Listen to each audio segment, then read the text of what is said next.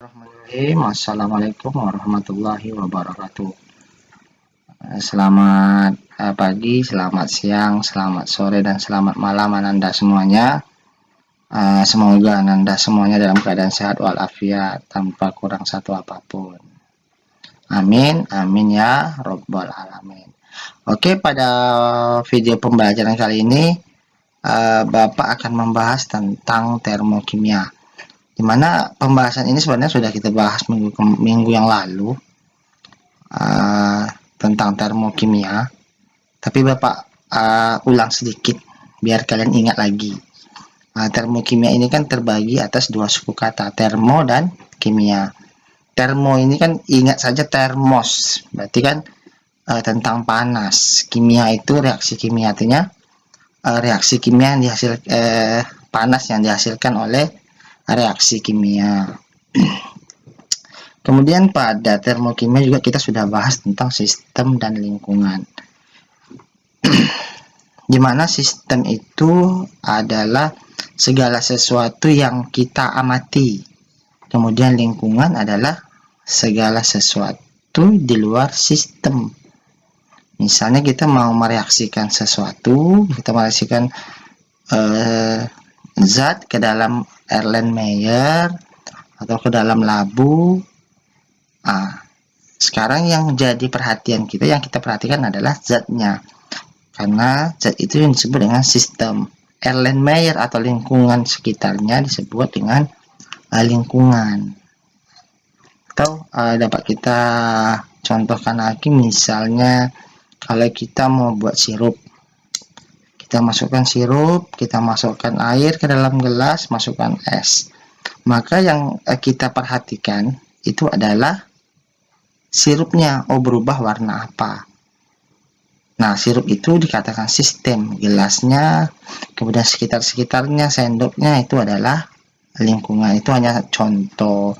Tapi pada termokimia ini adalah terjadinya reaksi. Ya, terjadinya reaksi. Kemudian kita juga sudah bahas tentang reaksi eksoterm dan reaksi endoterm.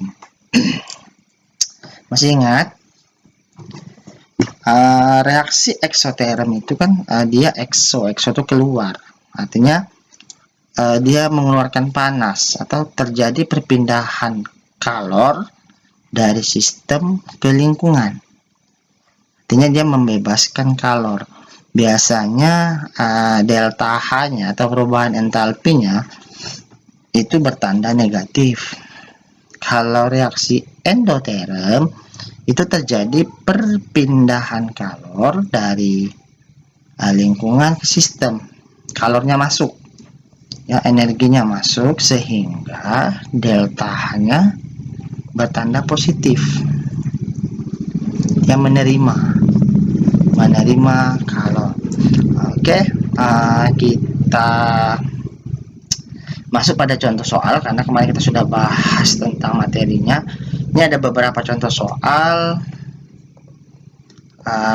materi kita, ya. Ini soal yang pertama, gimana trik-triknya reaksi-reaksi di bawah ini yang termasuk reaksi eksoterm adalah. Oke, yang pertama kita lihat tadi sudah Bapak singgung sedikit. Kalau eksoterm itu biasanya delta H-nya itu bertanda negatif, endoterm yang bertanda positif. Sekarang soal 1, 2, 3, 4 ya. 1, 2, 3, 4. Yang kita perhatikan adalah delta H-nya. Oke, kita lihat delta H-nya. Yang pertama delta H-nya negatif. Kemudian ingat ya, eksoterm itu delta H-nya bertanda negatif. Jadi kita cari saja mana yang delta H-nya negatif. Berarti 1 dan 2. 1 dan 2 jawabannya adalah A. Gampang kan? Gampang sekali ya. Oke, kita masuk ke soal nomor 2. Di soal nomor 2 itu persamaan termokimia yang menunjukkan perubahan entalpi penguraian, ya.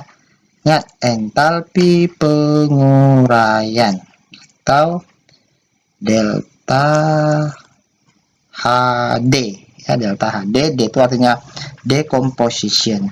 Kalau pembentukan delta HF, F itu formation. Kalau pembakaran delta HC, C itu artinya combustion. Nah, dari pengertiannya, kalau entalpi penguraian itu maksudnya dia penguraian 1 mol senyawa menjadi unsur ya. Jadi 1 mol senyawa menjadi unsur. Misal kita mau menguraikan ini gambar ini ya, kita mau menguraikan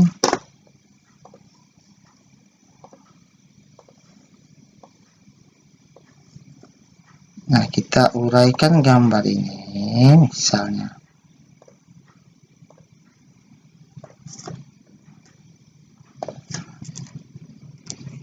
Oke, ada segitiga sama segi 4 ya, mau kita uraikan ya.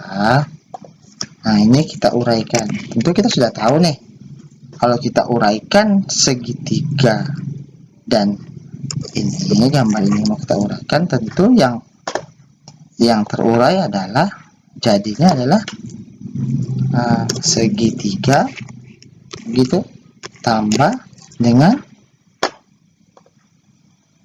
segi 4.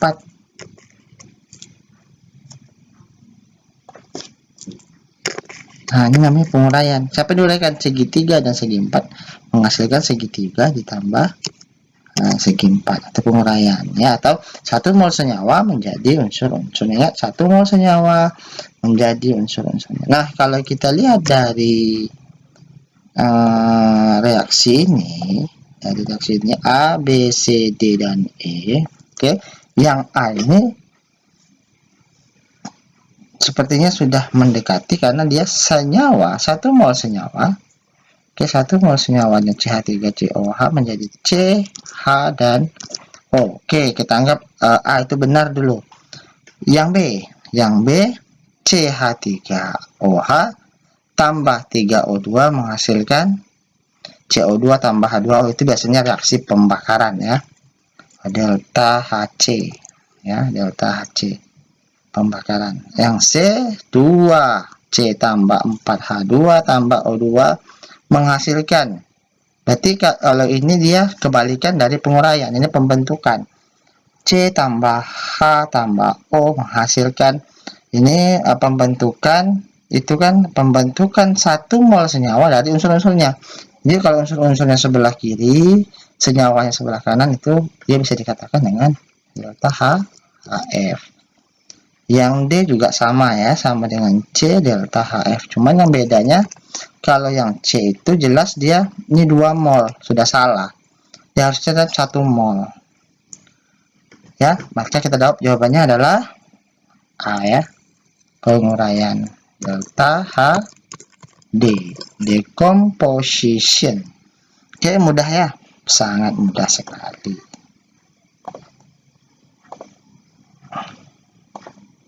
Oke, kita masuk contoh soal yang ketiga. Nah, ini soal-soal yang sering keluar pada soal ujian dulunya. Ujian atau soal-soal masuk perguruan tinggi. Nah, ada 1, 2, 3, 4, dan 5. Ya. 1, 2, 3, 4, 5.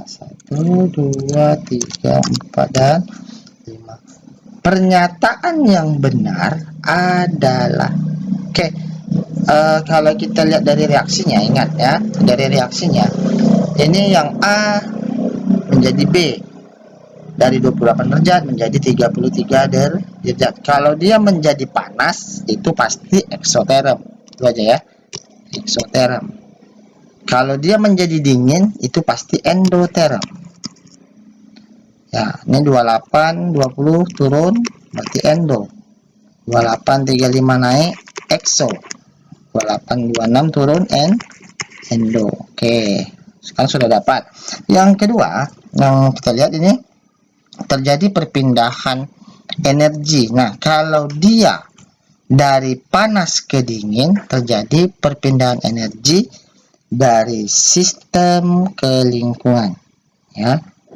dari sistem ke lingkungan.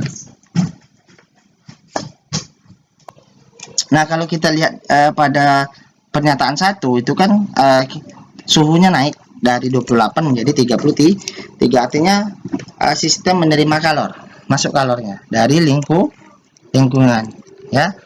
Masuk kalor dari lingkungan ke sistem, ya, dari lingkungan ke sistem. Nah, kalau yang kedua kita lihat dia suhunya turun, artinya kalornya lepas, berarti terjadi perbedaan kalor dari sistem ke lingkungan gitu, dari sistem ke lingkungan sehingga suhunya tuh turun. Yang ketiga juga dari sistem ke lingkungan. Kemudian yang keempat, karena suhunya naik berarti perbedaan kalornya dari lingkungan masuk ke sistem, makanya suhunya naik. Yang kelima, perbedaan kalornya dari 28 derajat 26, berarti dia tuh turun suhunya, artinya terjadi pelepasan kalor dari sistem ke lingkungan, makanya suhunya menjadi tuh turun. Kalau kita lihat dari pernyataan ini, yang A, reaksi 1 dan 2 terjadi pemisalah, ya, jelas 1 eksoterm 2 endo, pasti berbeda. Yang B, pada reaksi 2 dan 3 terjadi perpindahan energi dari sistem ke lingkungan. Jawaban sementara kita B. Yang C, 1 dan 4 sama-sama eksoterm 1 dan 4. Oke, tapi perpindahan energinya dari lingkungan ke sistem, terbalik, harusnya dari sistem ke lingkungan. Yang D, pada reaksi 2 dan 3, oke, terjadi perpindahan energi dari lingkungan ke sistem. 2 dan 3 bukan dari lingkungan ke sistem, tapi dari sistem ke lingkungan, ya. Yang E, 3 dan 5 sama-sama endoterm. Kalau endoterm berarti dari sistem ke lingkungan, sementara pada pernyataan dari benar, ya. Ya, sama, ya.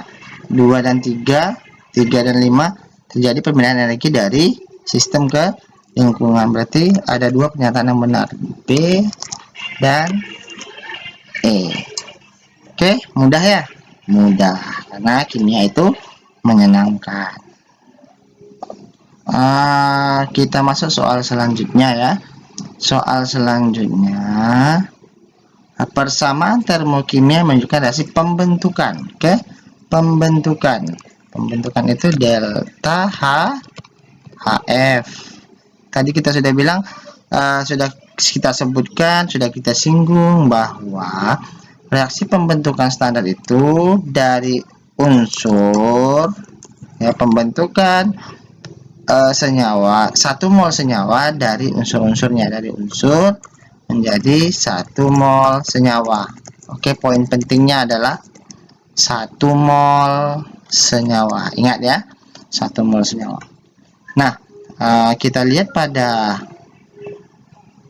pernyataan, pada option yang A. Yang A itu Ca tambah C tambah O3 menghasilkan CaCO3. Ini adalah reaksi pembentukan. Kemudian hasilnya adalah 1 mol senyawa. Kita anggap ini pernyataan sementara, pernyataan yang benar. Yang B, CaO tambah CO salah, karena dia dari unsur menjadi senyawanya, ya, dari unsur menjadi senyawanya. Yang C, 2C tambah 5H2 benar, tambah OH salah, ya. Yang D perhatikan. Kemudian yang D, 2Na tambah N2 tambah 3O2. Oke, sudah benar penyataannya menghasilkan 2NaNO3. Salahnya adalah pada 2NaNO3, karena tadi kita ingatkan kembali pada 1 mol senyawa, bukan 2 mol senyawa, maka dia salah. Yang E, Ca tambah O2 menghasilkan tambah 2H2 menghasilkan CaOH2. Pernyataan ini juga benar, cuman yang salahnya pada H2, tidak setara. 2H2 harusnya cuman H2, makanya salah. Jadi yang benar adalah A. Mudah, bukan? Mudah sekali. Oke, kita lanjut. Sini Perhatikan diagram. Nah, ini belum bisa dijawab karena baru mau kita pelajari. Oke, kita masuk pada hukum Hess. Hukum Hess ini menyatakan bahwa perubahan entalpi suatu reaksi tidak bergantung pada jalannya reaksi, tetapi hanya bergantung pada keadaan awal dan keadaan akhir dari sistem. Misalnya begini, dari sekolah ke pasar, ya, dari sekolah ke pasar, si Hess ini bilang, terserah kalian mau lewat mana, itu tidak dilihat oleh si Hess. Yang dilihatnya adalah awalnya kalian di sekolah, sampainya di pasar. Terserah kalian mau lewat mana. Boleh kalian lewat HK, boleh kalian lewat depan kantor camat, boleh kalian lewat PLN, terserah.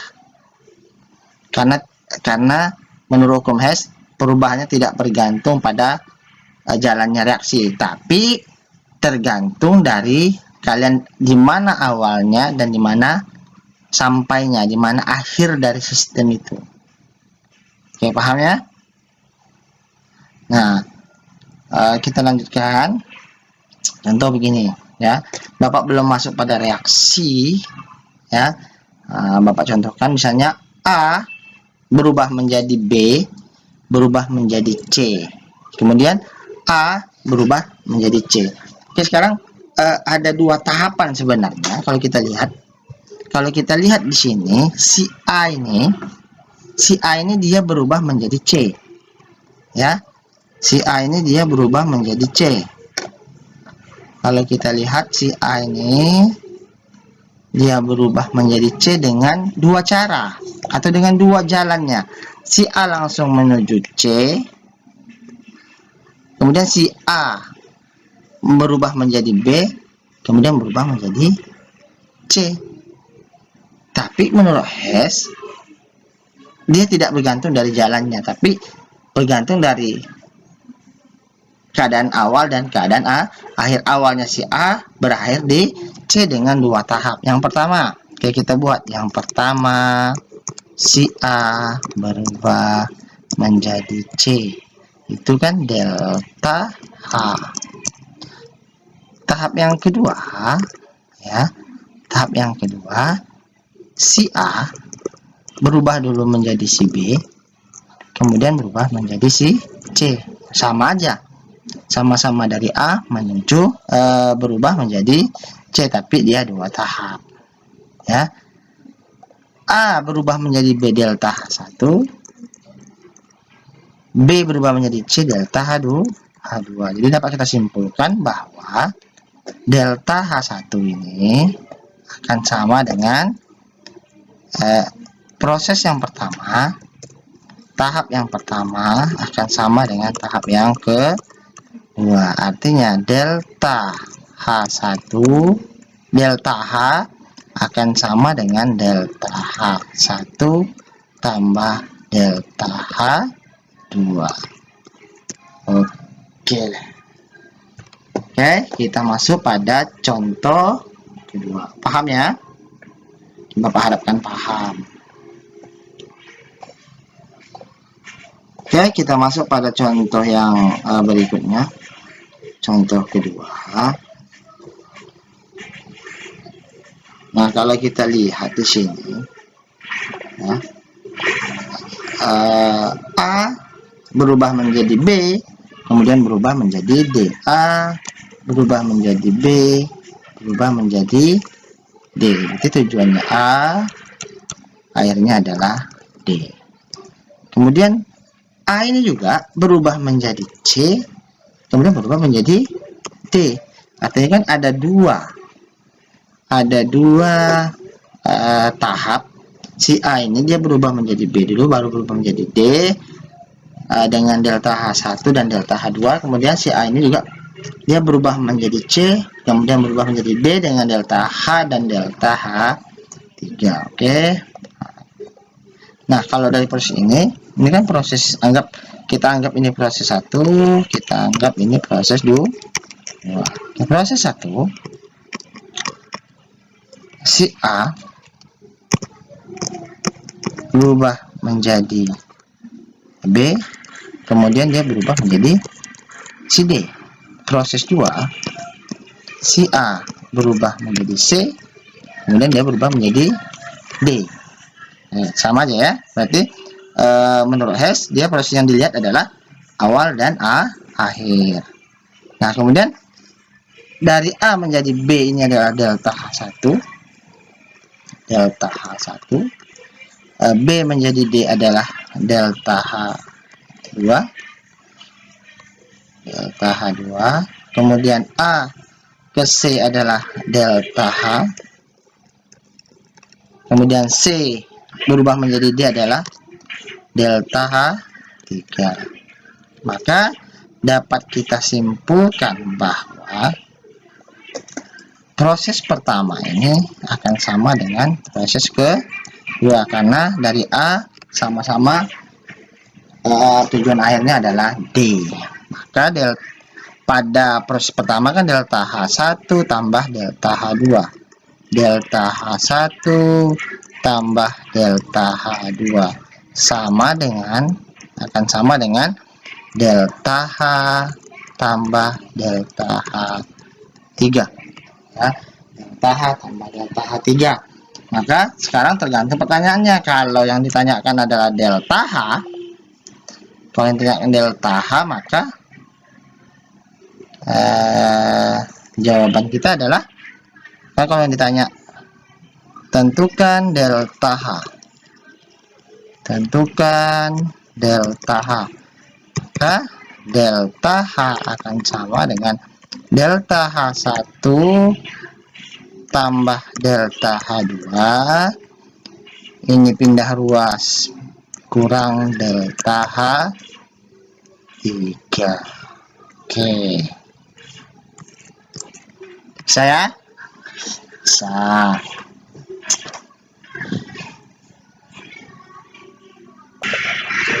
Oke, contoh selanjutnya di sini kita tambah ya sampai E.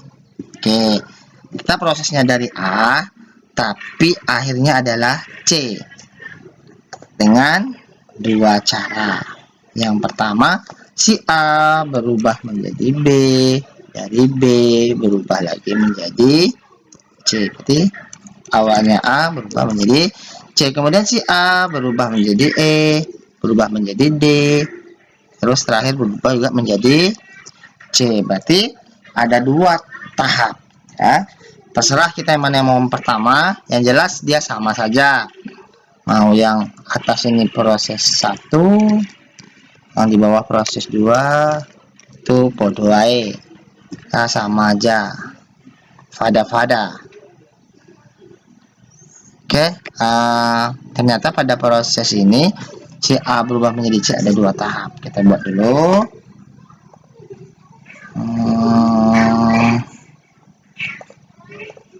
Pada tahap yang pertama, tahap 1, si A berubah menjadi si B, berubah menjadi si C. Tahap 2, si A menjadi E, dari E menjadi D, dari D menjadi C. Oke, kita perhatikan delta H-nya. Dari A menjadi B, dari A menjadi B delta H, delta H, delta H. Dari B menjadi C, delta H1. Dari A E menjadi E, delta H2. Ya, delta H2. Dari E menjadi D, delta H3. Dari D menjadi C, delta H4. Oke, ini kita sudah dapat persamaannya. Nah, sekarang delta H1 ya, delta H1 akan sama dengan Itu kan proses 1 akan sama dengan proses 2. Berarti proses 1 kan ada delta H tambah delta H1. Delta H tambah delta H tambah delta H1 sama dengan, pada proses 2 delta H2